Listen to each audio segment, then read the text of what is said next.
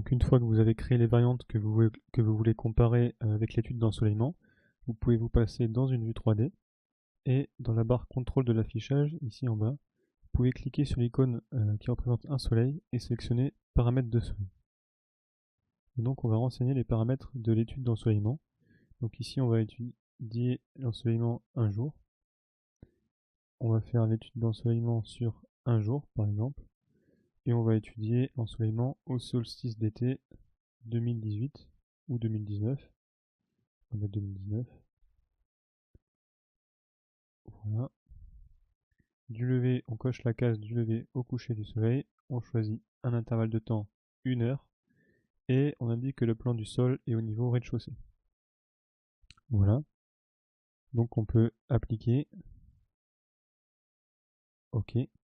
Et désormais, on peut cliquer sur ombre activée et sur prévisualiser l'étude d'ensoleillement.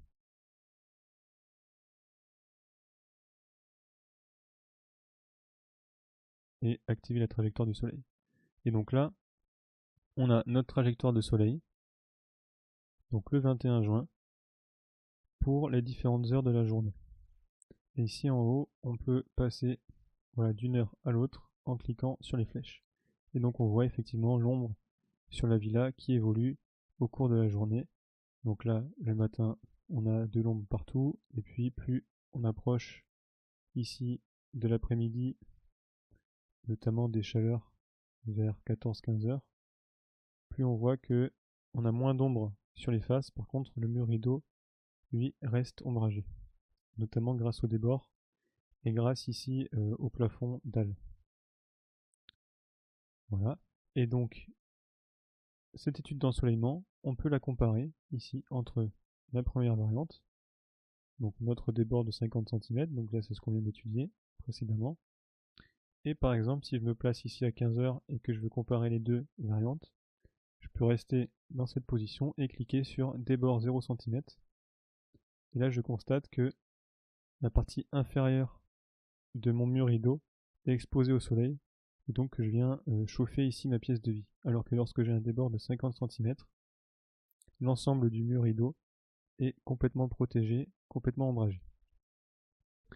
Voilà, donc vous savez désormais créer une étude d'ensoleillement et comparer des variantes entre elles. Ce que vous pouvez faire également, c'est enregistrer ces vues-là dans des plans particuliers et les apposer dans des feuilles spécifiques pour les exporter ensuite en PDF dans votre dossier support pour justifier justement votre choix de variante architecturale. Donc, ce tutoriel sur l'étude d'ensoleillement est terminé. Il ne me reste plus qu'à vous souhaiter une bonne chance pour votre évaluation.